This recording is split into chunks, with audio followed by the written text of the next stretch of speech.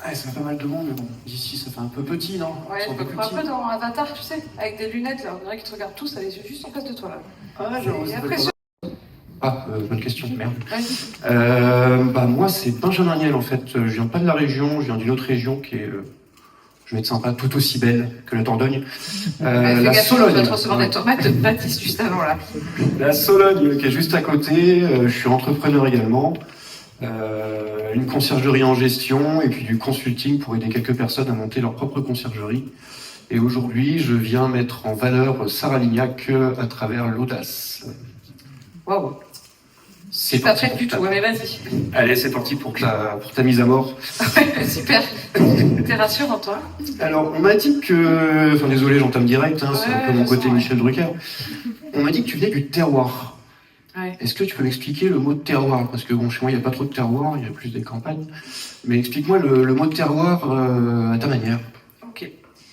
Alors moi, je viens d'un petit village à Belvès. Enfin, j'étais à l'école maternelle de Belvès. Un village pas très loin d'ici, il faudrait que tu ailles voir, c'est sympa. Ouais, c'est sympa. Et du coup, en fait, si tu veux, j'avais ma famille qui était au GOT, alors encore plus petit, alors là, je perds la moitié de la salle, hein, direct. Le GOT, et en fait, j'avais la famille de ma mère, tu vois, c'était plus ma grand-mère, les pigeons, les poules, le jardin. Mon grand-père était maçon aussi. Et du côté de mon père, c'était plus la famille, le cochon. Oui, on tuait le cochon, maintenant, c'est un peu plus, voilà. Il y avait des oies, il y avait un peu de tout, des lapins aussi. Et il y avait le tabac, parce qu'avant il y avait le tabac, et les vaches laitières. Enfin, il y avait tout ce monde agricole. C'était légal en plus. Ouais, c'était sympa. Oui, c'était légal, ouais. T'as parlé beaucoup d'animaux là, Oui. mais je me demande en fait, parce que dans ce décor bucolique de Attends, Dordogne, où je t'en prie, ouais, bien. c'est pas ma chaise. Ouais. Dans ce décor, en fait, t'as marqué beaucoup d'animaux, mais c'est que les animaux t'ont marqué, ils t'ont donné envie de développer les choses. T'as rencontré des lapins génies, des vaches pensives. Qu'est-ce qui t'a mis la puce à l'oreille pour devenir qui tu es aujourd'hui? Alors des lapins, il y en avait. Il y avait Maxime Athos à l'époque, tu sais, il y avait des gros yeux, un peu comme là, tu vois, ils étaient tous en train de me regarder aussi. Il y avait peut-être les flashs de la voiture, mais bon, c'est autre chose. Alors tu vois, c'était pas vraiment des animaux. Ok. Ouais, parce que pour les animaux, t'as les humains. Oui, Déjà. effectivement. Et en fait, c'est les humains qui m'ont inspiré. Donc on va dire que c'est ma famille propre qui m'a inspiré. Tu vois, de voir des personnes qui se battent pour leur terre, qui soignent tous les jours leurs animaux, qui se lèvent le matin, qui se couchent très tard le soir aussi, qui comptent pas leurs heures. C'est ces personnes-là qui m'ont inspiré aujourd'hui. D'accord. C'est une belle pensée. Ouais. Et aujourd'hui, en fait, ces personnes-là t'ont inspiré. Mais aujourd'hui, t'en es rendu où? Tu fais quoi enfin, tout simplement, en fait, tu fais quoi dans la vie? Ah, je fais quoi dans la vie? Ben là, vous n'êtes pas prêts, hein. Préparez-vous. Alors, je fais quoi dans la vie? Il y a à peu près 3 ans, j'ai eu une idée que j'ai partagée avec mon conjoint, qui est dans la salle aussi ce soir. Et je lui ai dit, tu sais, il y a des maisons. En fait, il y a des maisons, il y a des gens qui viennent en vacances, mais qui c'est qui s'occupe de leur maison? Tu vois, enfin, voilà, est-ce que les gens, ils sont bien reçus? On est des Pérégordins, on les reçoit bien, tu vois, on leur montre le terroir. Et du coup, je me suis dit, on va s'occuper de leur maison. Donc, on a essayé de trouver des formations, donc on a pris une formation de conciergerie. Et là, je perds la moitié de la salle, c'est quoi une conciergerie? Non, ce n'est pas un concierge d'hôtel. Ouais, c'est le truc dans les immeubles où tu nettoies des caves. Mais non, on n'est pas à Paris ici. Ah, Ce n'est pas un concierge d'immeuble, il y a pas la sonnette, enfin des fois, hein, ça arrive. Et du coup, je m'occupe. Ou pas du tout. Ça va, oui, c'est bon. Ça va. Et j'ai du blanchisserie aussi. Du blanchisserie aussi. Ouais. D'accord. Parce qu'en fait, moi à la base, je viens d'un petit monde, je pense, qui est commun à vous tous. On m'a toujours un peu vendu que si tu veux faire un truc dans la vie, il faut des diplômes. Parce que sinon, en fait, tu vas aller bosser à McDo, puis tu auras le même micro que nous. Quoi. Si tu veux un Mac? Pas tout de suite. Non, pas tout de suite, ok. Mais comment t'as fait? Parce qu'en fait, t'as des diplômes, t'as une formation, t'as des choses? Alors, j'ai pas de diplôme à part cette petite micro-formation qu'on a pris sur le web. On va faire attention parce que maintenant, tout le monde s'invente, voilà. Hein. Et j'ai des diplômes dans divers métiers, on va dire. Donc j'ai fait un peu de restauration, j'ai fait un peu de vente, j'ai fait un peu d'animation, j'ai fait un peu de social, voilà, je fais pas mal de choses, tu vois. Voilà. On m'a toujours dit oui, mais il faut que tu aies un boulot stable, mais il faut que tu aies un CDI, tu comprends Sarah, t'es pas stable, mais tu vas partout. Bon, tu vois. Donc en fait aujourd'hui j'ai pas de diplôme, mais par contre j'ai un diplôme, tu sais ce que c'est? Mais le diplôme c'est tout ce que j'ai appris. C'est toute l'expérience que j'ai acquis grâce à tous ces métiers. Ok. Tu vois, c'est Ok. le diplôme de vie en fait. Ouais, ça se rapproche d'un diplôme de vie. Hein. Ouais, J'allais c'est ça. sortir en anglais, mais je m'en souviens plus. Ouais, je parle anglais en plus. Alors. Ben voilà, parfait, on arrêtera là. Un diplôme de vie, bah, j'avoue que c'est peut-être la meilleure chose à avoir en soi pour partir dans un métier qui est un métier où j'ai envie de dire on se découvre plus soi-même que le métier. Ouais, je suis d'accord avec toi. C'est une jolie phrase. Hein. Ouais, c'est bien de moi. Et c'est vrai que c'est une très bonne expérience en tout cas, un diplôme de vie. Je pense que c'est la meilleure chose à avoir pour pouvoir débuter dans cette activité. Mais j'avais une petite question aussi parce que bon, tu nous as expliqué, voilà, une conciergerie, tu accueilles des gens dans le Périgord, du pâté, des baguettes, et puis passe un bon séjour. J'ai un problème contre le pâté? Rien du tout, j'adore ça. On a mangé ce midi, c'était très bon. Okay. Je me pose une question en fait dans ta conciergerie en fait, est-ce que tu pourrais réussir, parce que j'ai senti que c'était un peu flou encore dans l'activité, est-ce que tu pourrais nous décrire, on va dire, un peu les différentes activités que tu mènes dans ta conciergerie et comment t'en vis en fait? Parce que bon, une conciergerie, on n'est pas juste gentil avec les gens, il faut aussi qu'on gagne un peu notre vie et qu'on gagne un peu méchant aussi. Aussi, il ne faut pas dire. Non, je ne dis pas. Les personnes n'ont entendu de toute façon. Exactement. Alors, une conciergerie, qu'est-ce que je fais? Si tu veux, d'un côté, en fait, il y a le propriétaire qui va nous contacter. Le propriétaire, il va avoir besoin d'un panel de personnes, des corps de métier. Que ce soit le plombier, l'électricien, l'architecte, le maître d'œuvre, l'assurance. Bon, je te passe la liste, sinon on est là jusqu'à minuit. Hein. Oui. Voilà. Et de l'autre côté, il y a le vacancier. Donc le vacancier, il y a ici des partenaires dans la salle, qui sont vraiment des partenaires pour moi très importants. Partenaires comme? On les cite. Oh, ça peut être quoi? Des titres de métier? Un titre de métier. Alors, je fais référence à une personne qui a de très belles valeurs, qui s'appelle J'aime mon terroir, qui est présente ce soir dans la salle. Et du coup, ce monsieur, par exemple, il va livrer des courses à domicile. Mais pas des courses de McDo. Hein. Oui, ça va être micro. Voilà. Et en fait, cette personne, c'est énormément de valeur parce que moi, il me sert pour mes clients. Les clients, je veux lui faire découvrir le terroir, et ben, ils veulent livrer des courses, des produits locaux. Ok. Donc en fait, je vais avoir plusieurs panels de prestataires du coup, pour proposer aux vacanciers. Donc ça peut être des guides touristiques, ça peut être une sophrologue, une masseuse, un yoga, tout ce que tu veux. Mais du coup, je suis un peu le maître d'œuvre entre les deux parties. Mais il a besoin de quoi le voyageur après t'avoir rencontré en fait quand il est en vacances? Comment ça? Parce que si en fait le voyageur vient et que tu lui fournis tout, qu'est-ce qu'il a besoin d'autre? Je comprends. Rien de plus. Bah ouais, rien, je pense. Ouais. Donc tu complètes à peu près tout le. Et il y a le linge aussi. Ah, le linge. Eh oui, le linge. Ouais. Je voulais pas gâcher la surprise, mais bon, on va venir juste après. Mais justement, voilà, la question arrive, hein, ça tombe bien. Hein, on est sacro. Hein. T'es allé encore plus loin. T'as poussé, t'as démonté la conciergerie. Tu t'es dit bon, je m'amuse bien, on va continuer. Pourquoi souffrir une seule fois, hein, autant le faire 2-3 fois. Voilà. Autant s'amuser jusqu'au bout. Voilà. Mais j'ai envie de te demander en fait parce que c'est un métier assez difficile. On franchit les épreuves tous les jours. On s'améliore, mais il faut quand même un moteur. Il faut une petite flamme.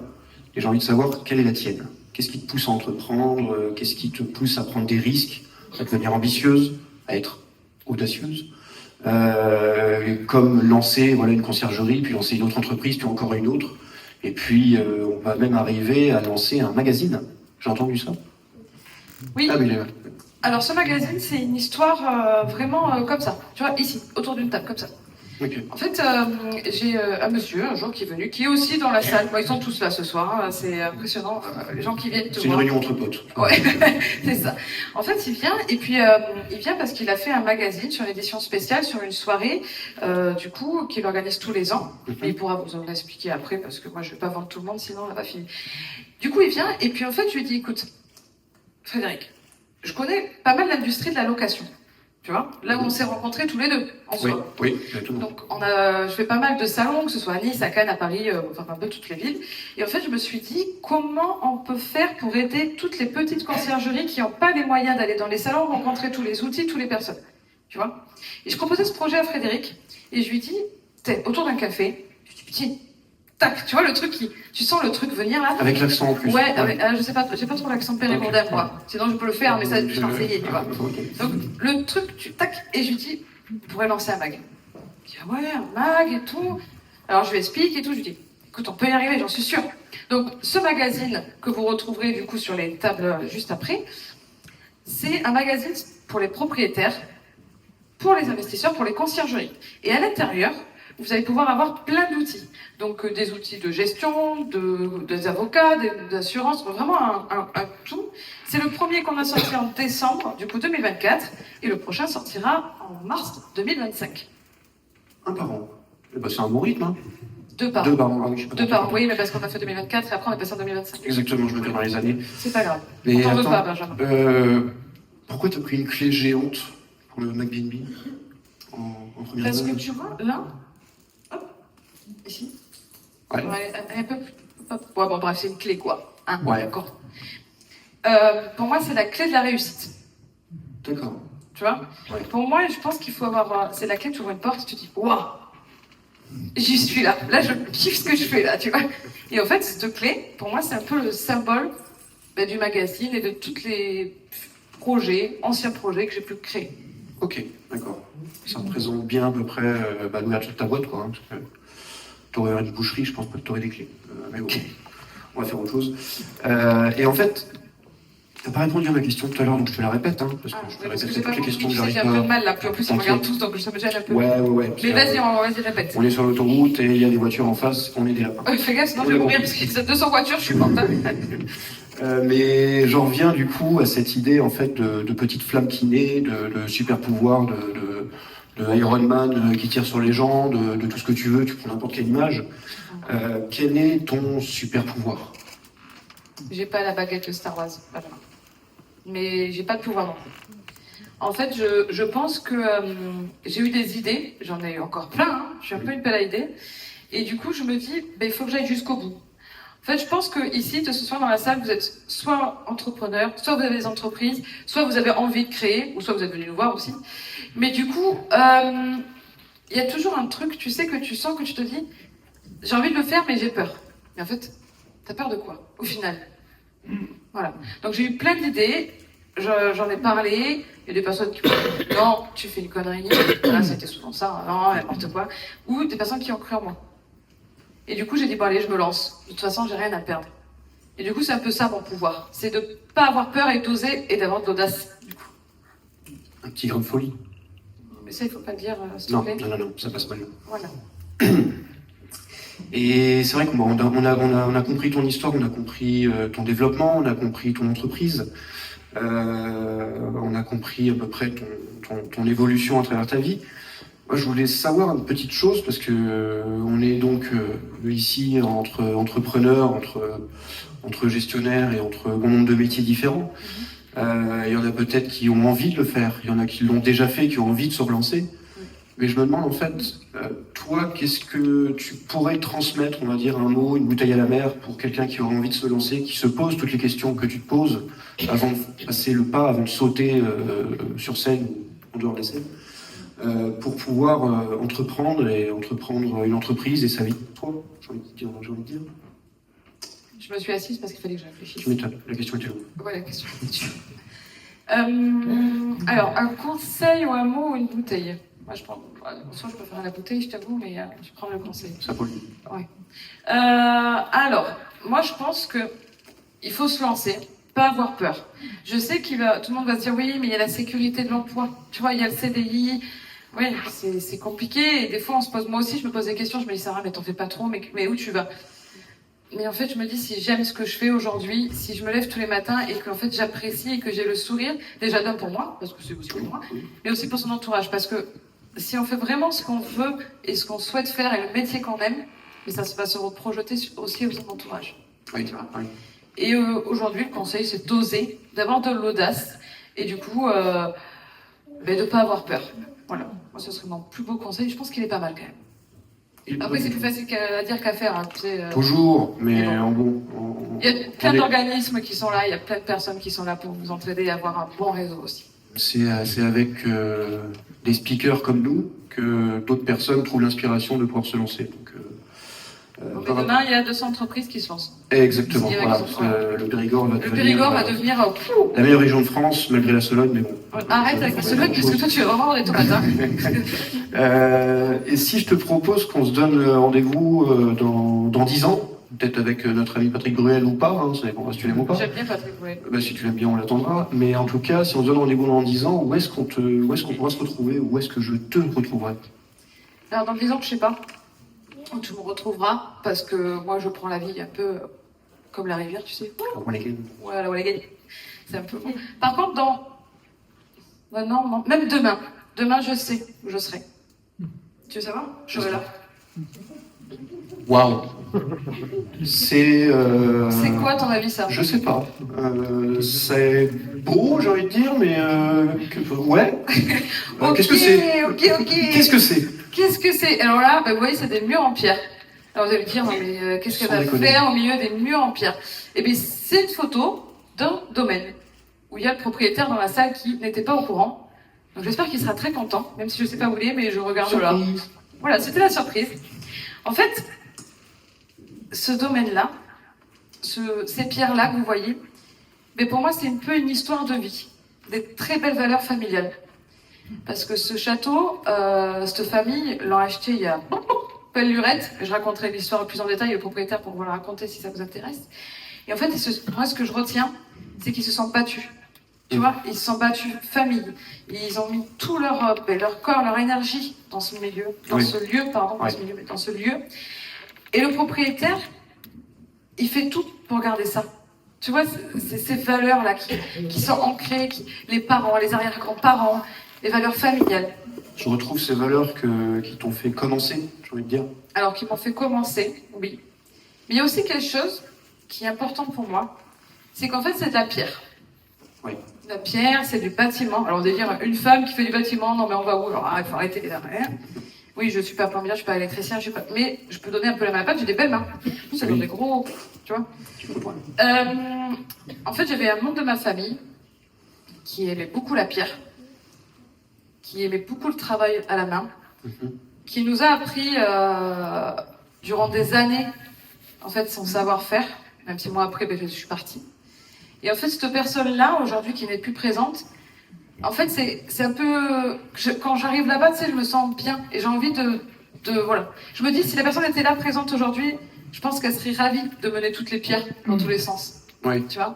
Alors, on fait pas une séance de psychologie, on n'est pas là pour ça ce soir, mais voilà, c'est un peu un retour en arrière et un peu une émotion que j'avais besoin de sortir. Et du coup, c'est un peu aussi ça.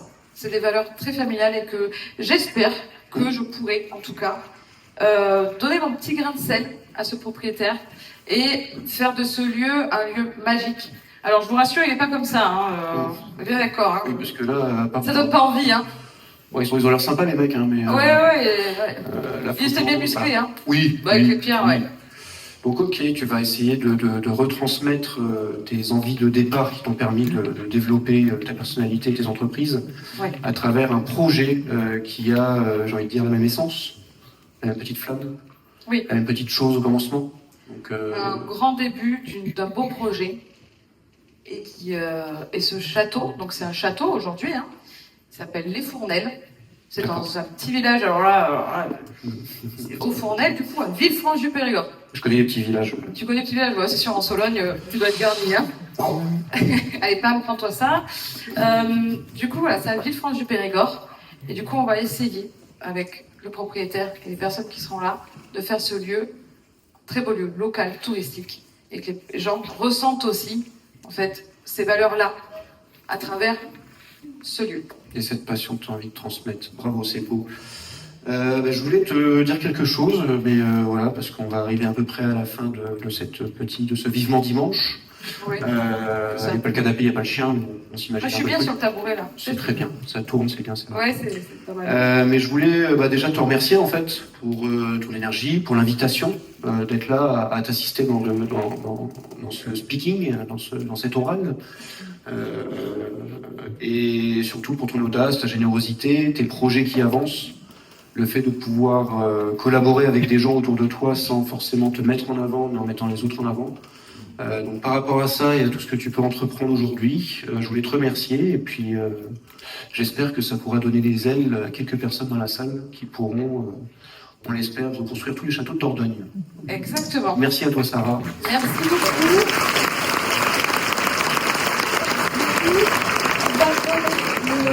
Le micro Ouais. Tu sais à qui ou pas? Ben, je crois que la prochaine commande, 447. la 444 pour Constance. Ah ouais. Alors 444, 447. Je la vois là. Attendez. Ouais, je crois que c'est parti pour elle. Allez. Allez, c'est parti, on la laisse.